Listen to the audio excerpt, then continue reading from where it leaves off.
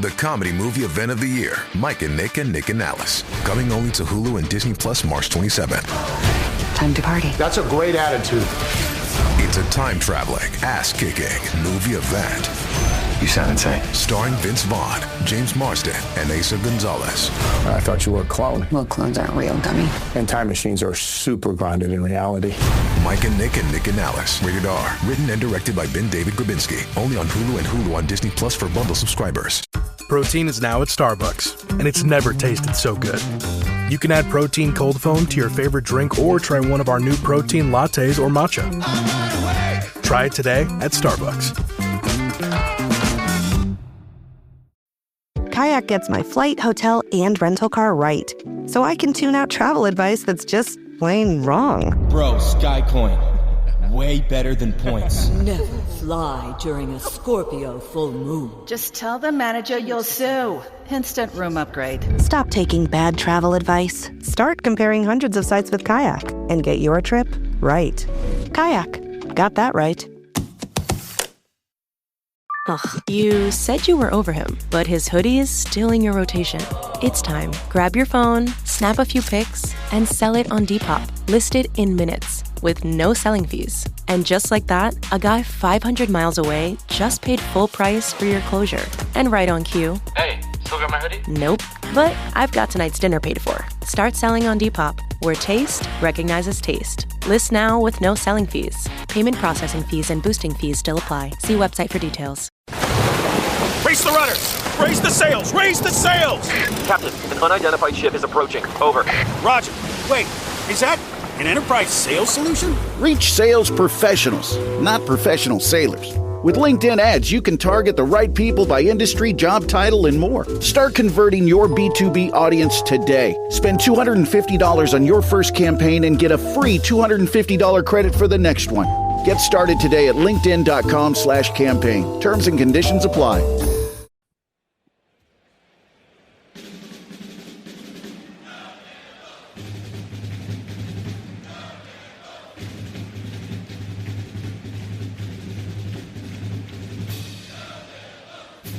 Hey there, Duke fans. Welcome to DBR Bites, episode number 154. Donald here. Jason is also here. In full transparency, this is coming into your feeds on Friday around lunchtime, but we are recording this immediately after we recorded episode number 811. So go back and listen to that recap of the Siena game and find out what happened in that game if you've been living under a rock. Because of that, Jason, normally as we try to preview a game, we tell you about the times and stuff like that. You will know what time Duke plays when you get this in your feed. But as of right now, Jason and I do not have that information. So we're not going to talk about that on here. We will talk about the status of Pat Gongba. I will say that we have no update because the press conference will have occurred after this podcast has gone out. So we don't have any information that you don't at this point. So just bear with us on that. But we are still playing basketball, Jason. We are playing the TCU Horned Frogs. It will be in the round of 32, the second round on sometime on Saturday. And Jason, it is going to be a big one. Yeah, on the previous episode, and I'll echo what Donald said, go back and listen to our recap of the Siena game. I'm going to be on my way. I'm going to be heading up to Greenville, driving from Atlanta. It's about a 2-hour drive or so. Going with a buddy of mine named Jonathan, who has tickets to the game. I'll be sitting on press row, and maybe, check me out on X, Twitter, whatever the hell it may be. I may put something out there. If I'm there in time to try and meet up with some folks, I'll try and get the word out a little bit, perhaps on the Duke basketball report bulletin boards or something like that. No promises, but I'll be at the game. I'll be in the locker room or the press conference room, I should say, afterwards, trying to get a little bit of sound, trying to get some perspective from the arena. We'll have all that for you once the game happens. But we had to talk now, Donald, about what the game is going to be. Yeah. Well, the game we know is against TCU, and TCU beat Ohio State in the first round game, 8-9. They are the 9 seed in the East. And Jason, let's talk a little bit about their record, because we kind of talked about this a little bit when we did the bracket selection show with Scott on Sunday. But this team is a team that, despite their 23-11 record, they have some very good wins. They have a couple bad losses, but they have some very, very good wins. They have wins over Florida. They have wins over Wisconsin. They have 3 wins over Oklahoma State, Baylor, Iowa State they have beaten. Texas Tech they've beaten. They beat Ohio State, obviously, on a shot with just about 2 seconds left in the game. And they have come close. I know they have 11 losses, but some of those losses were very, very close. They lost to Kansas twice by under 5 points. They barely lost to Michigan at home. They barely lost to Houston. They barely lost to BYU. And so this team is a very, very tough team. They're ranked 42nd in KenPom.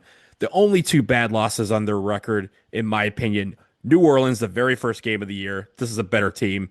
They've improved since then. And their loss to Utah about a month ago, or actually I should say a couple months ago as we record. So, Jason, as you get into the metrics of this team, talk about what they are. I know they're better on defense than they are on offense, but again, this is a very tough team on both sides of the basketball. Yeah, both in terms of, by the way, that you mentioned they lost to Kansas. The Kansas game they lost on the road at Kansas was in overtime. I mean, and they were up the whole game, and Kansas stormed back in the last 2 minutes, sent it to overtime, and then TCU just ran out of gas. I mean, there aren't a lot of teams that have wins as impressive as Iowa State and Florida and at Texas Tech. This TCU team can play with anyone in the country. There's no question about that. In terms of the metrics and their record and stuff like that, they, coming into February, they did not seem like a tourney team. They were just 13-9, 3-6 in the Big 12, at the very start of February. But since then, Donald, they won 9 out of 10 games after that in the Big 12. Now, it was a softer side of their schedule. There's no question about that. But they were still beating good teams. Winning 9 out of 10 in the Big 12 is a big deal. And frankly, since early February, Bart Torvik, his rankings say they've been a top 30 team. For some perspective on that, since early February, they've been better than UNC. They've been better than Kansas. They've been better than BYU. This TCU team is they're legit. There's no question about it. Not a deep team. They really only played 7 guys against Ohio State, and I don't expect to see that bench get longer against Duke. As you said, in terms of the absolute metrics, they're better on defense than they are on offense. 82nd in the nation on offense, but 22nd on defense. In terms of pace, they play fast on offense, top 75 in terms of speed on offense, but then they play really slow on defense. Playing slow on defense basically means you're not letting other teams get good shots. They keep on burning the clock, trying to find a better shot and a better shot. All the good teams in the land, for the most part, play slow on defense, and that is the case with TCU. There's nothing on offense that really jumps out to you in any extreme. There's nothing I'm like, oh, they're great at this, but terrible at that. No, it's just they're right around average or a little above average in a lot of different things. In terms of 3-point shooting, slightly below average. They hit just 33%, but they don't take a ton of threes. Just 37% of their shots come from 3-point range, which is, definitely on the lower side of all teams in the country. They don't get great 2-point field goals. They have the 200th best 2-point field goal percentage in the land, but they do a good job of not turning the ball over. They're a decent rebounding team, not great, but not bad. They do a nice job of getting to the free throw line. Sort of the place that their offense operates is playing a little bit of bully ball, getting the ball in the lane, trying to get better shots that way, trying to get fouled and get to the free throw line, and then occasionally taking 3-pointers when you're packing it in a little bit too much on them. Defense is where they make their living. An excellent team at forcing turnovers. Top 35 in the land at forcing turnovers. Really good at not fouling guys. They will not let you get to the line. They're a fairly good shot blocking team. Have a top 30 or so shot blocking rate. But interestingly enough, it's not from guys who are outrageous. They don't have, this isn't a team that has a 7-footer who's got a 7'4" wing. This isn't like Virginia in terms of shot blocking, not by any stretch of the imagination, but it's got some guys who are good timing. They get off the floor quickly, and so they're good at blocking shots in that kind of way. And they are physical. They are very physical. They will draw fouls on you, and they know how to play physically without committing fouls themselves. That's a big part of their game plan. I was just going to mention with, a Jamie Dixon-led club, you could have just said that, and that would have encapsulated a lot of what they do on defense with their physicality and just not having a lot of tall length or wide length, just guys who can be in your face, play tough-nosed defense, and really try to frustrate you. And I think that's where we've played some teams like that before, and we had mixed kind of results on some of those as far as like production wise. But sure, this is a team that wants to really get you out of your rhythm, and they want to make sure that no matter what you're doing, that you're doing the worst possible aspect of that. If you want to take 3-pointers, great.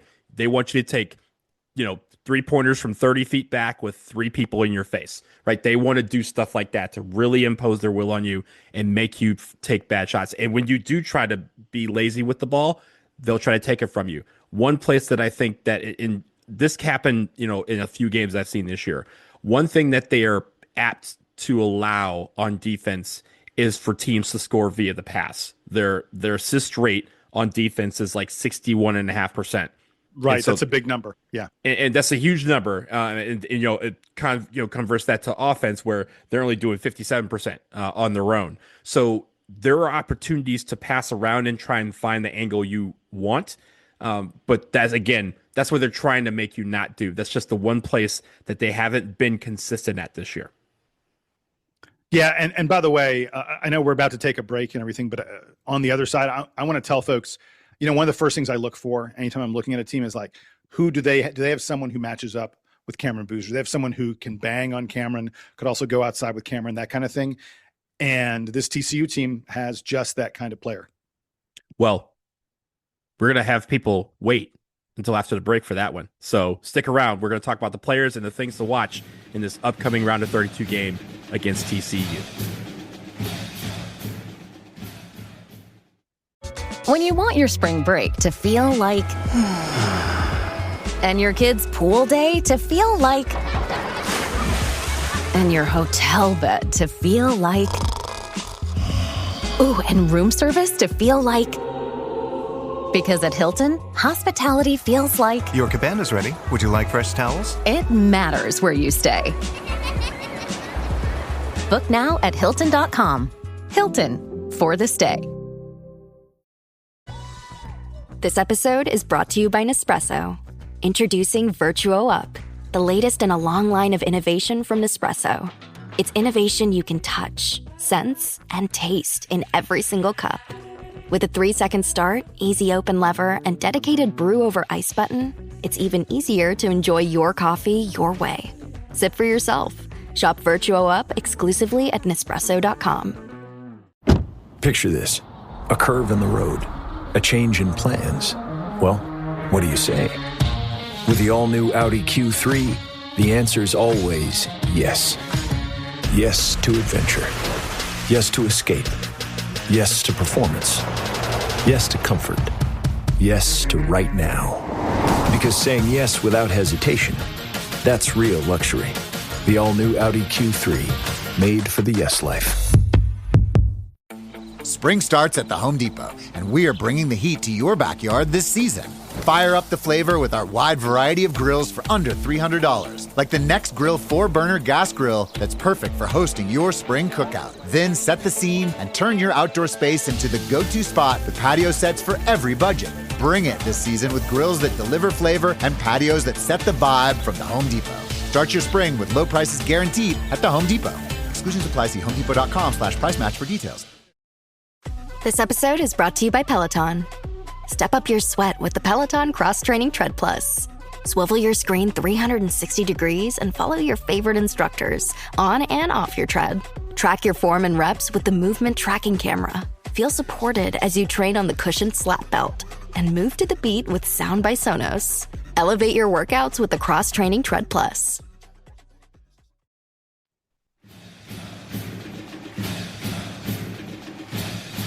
All right, we are back. We continue our preview of the game on Saturday against the TCU Horned Frogs. Again, we're recording this on Thursday, so as for us, we don't know what time this game is going to be, so it'll be sometime on Saturday afternoon, p.m. on the East Coast. So, Jason, let's get into the players. They have some, again, like you said, not a lot of size, not a lot of tall size, but they got guys who can match up well with just about any team in the country, and that's why they've posed fits on most great teams in this country. Yeah, and when we came into the break, as we were going to the break, I mentioned that they've got someone who can bang with Cameron Boozer, and that is forward David Punch. He is a bruiser against Boozer, but he is very, very skilled. He is 6'7", but close to 250 pounds and muscle. David Punch is a guy who is unafraid to go inside and bang on you a little bit. He averages 14.3 points per game, 6.7 rebounds per game, 2 blocks per game, David Punch does, and 1.3 steals. Any dudes who getting more than 3 stocks per game is an impressive defender. He's not a really good outside shooter. He takes 1 or 2 threes per game to keep you honest, but he's not a guy who typically hits a lot of them. I'm just so looking forward to these two guys banging on each other, testing each other. They're both really, really good finishers in the lane. They're both guys who, they don't mind getting the ball a little bit outside the lane and taking you off the dribble and getting you into a bad angle and that kind of thing. And I guarantee you part of the game plan for TCU is that they're going to try and put the ball in David Punch's hands and have him get Cam Boozer in foul trouble. That's going to be one. If that happens, that is the major story of this game. But conversely, if Cam is able to get David Punch in foul trouble, it is a real problem for TCU. Their other big man and their second leading scorer at 12.5 points per game is their center, Xavier Edmonds. If you watch the game against Ohio State, you know Xavier Edmonds because he hit the winning bucket. He was, by the way, he camped out in the lane. Go watch the replay of that play, Donald. Dude is in the lane for like 10 seconds. He's in there for a long. The refs were like, he was getting mail. So yeah, exactly. He'd sent a change of address notice to the mailman because he knew he was going to be in that lane for a while.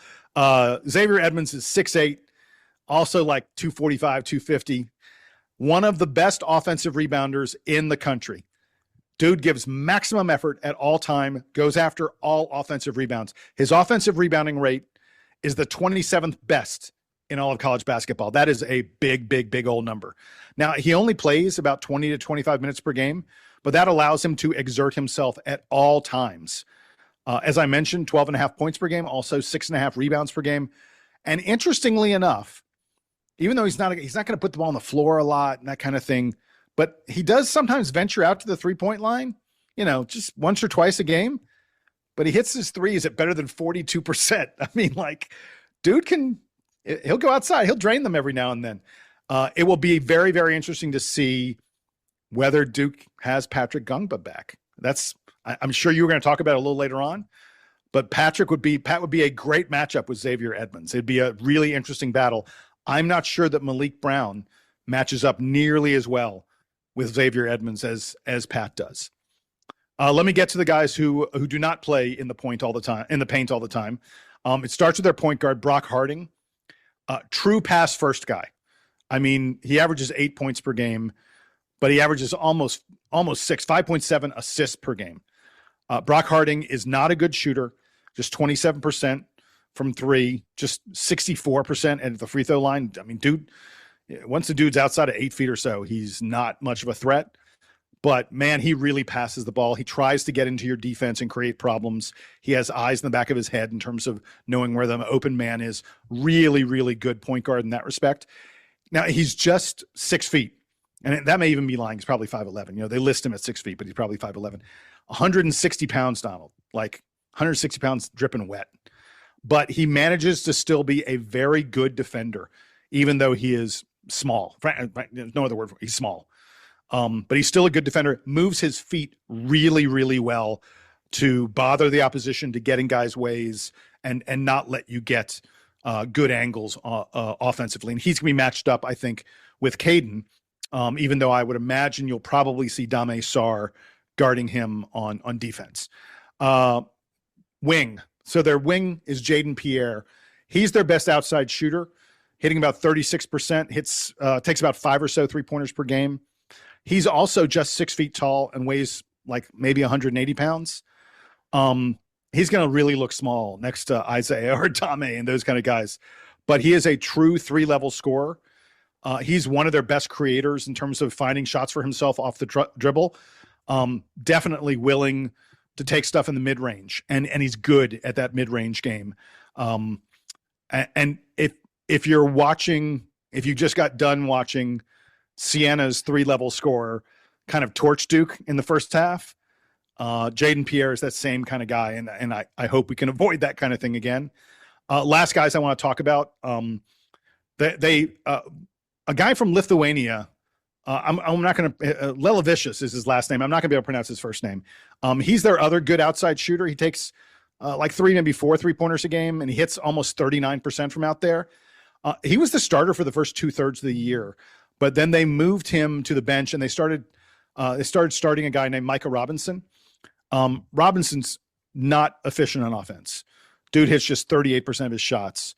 That said, he went off against Ohio State. He hit 4 out of 6 3-pointers. I'm sure Ohio State was like, what the hell happened there? Michael Robinson's not supposed to be doing this. He's terribly inefficient on offense, but he is a really, really, really good defender. He just plays tough. 6'6", 230 pounds. My bet is you're going to see him guarding Isaiah Evans. He's going to try and get into Isaiah's body. He's going to try and be physical and push on Isaiah. He's a solid defender. And last thing I'd say about this roster is there's no way to know if these guys are going to stick around, but they only have one senior on this roster. They're a bunch of sophomores and juniors.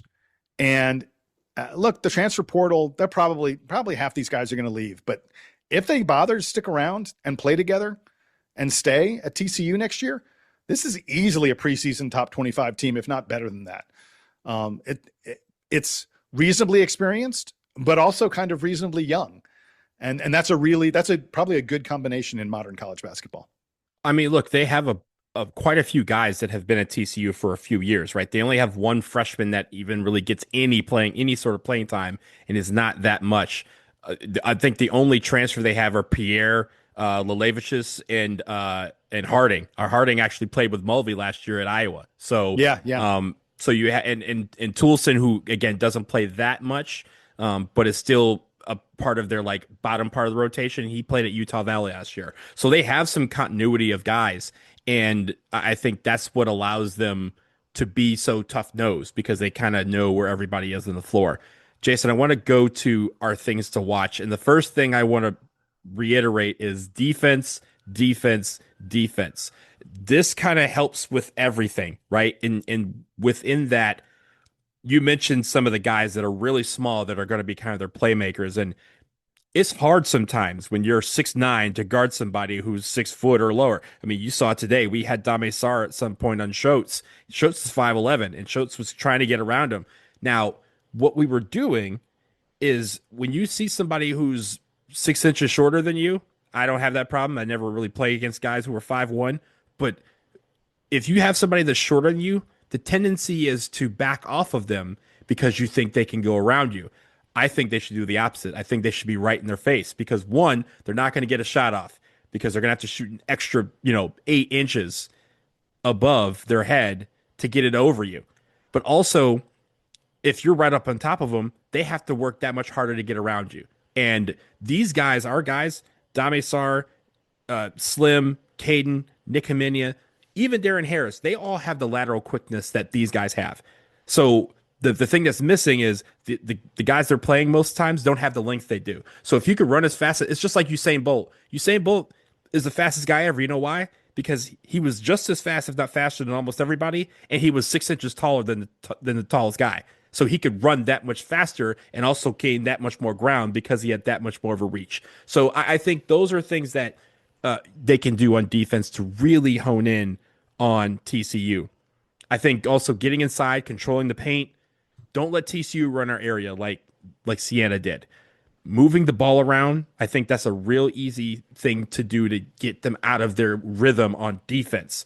They want us to get us out of our rhythm when they're in defense, but I think if we're moving the ball around, that's when teams have been able to expose them, because they don't rotate as well when you have a good team that's moving the ball around that like we can do. And I think finally, I want to bring back something that I think is necessary for the NCAA tournament.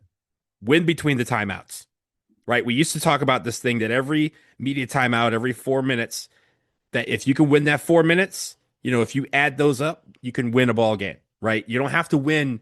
You're not going to win the first half in the first 4 minutes of the game, but you can win the first 4 minutes in the first 4 minutes.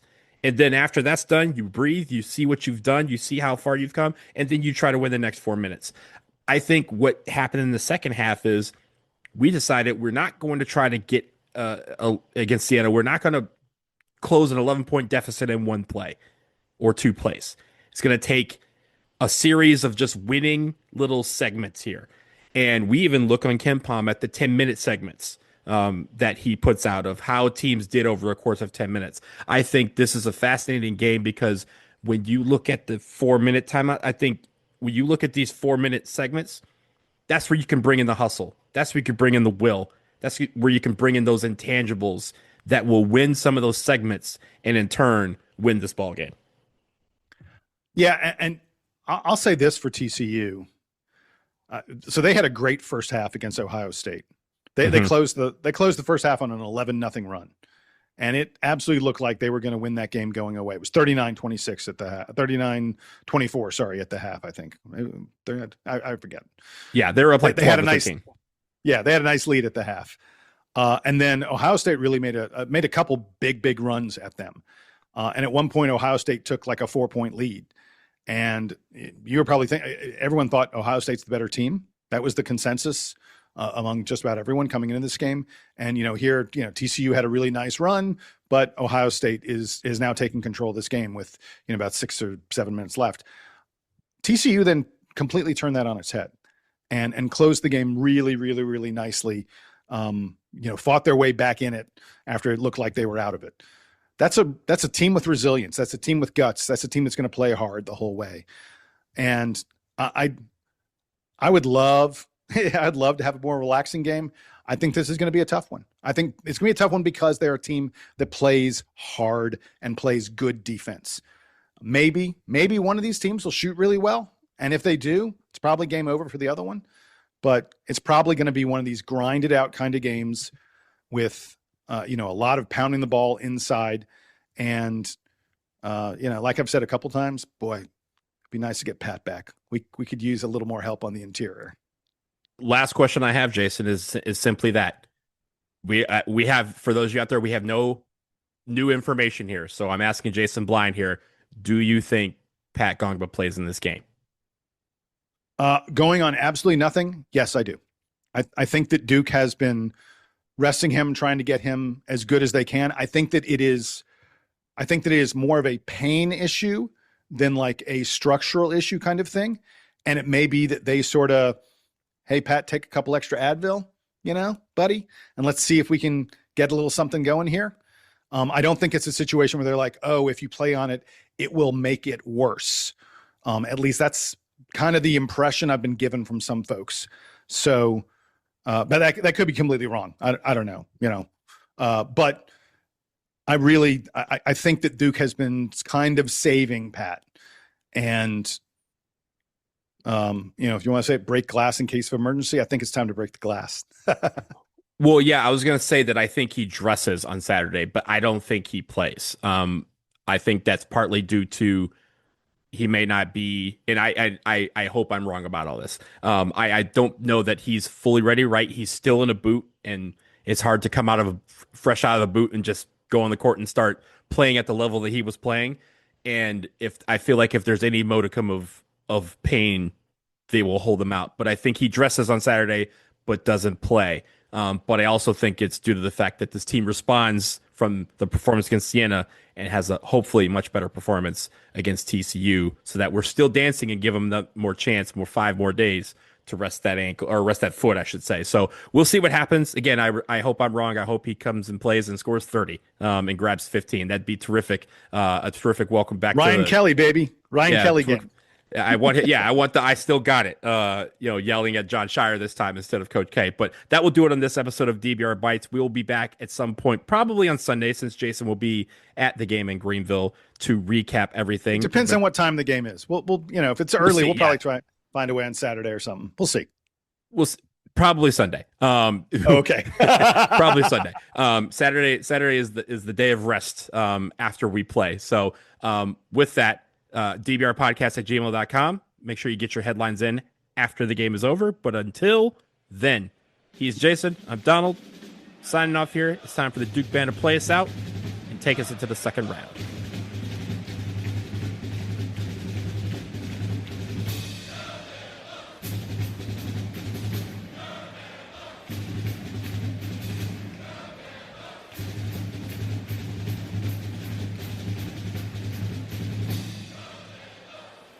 2 teams, 1 cup.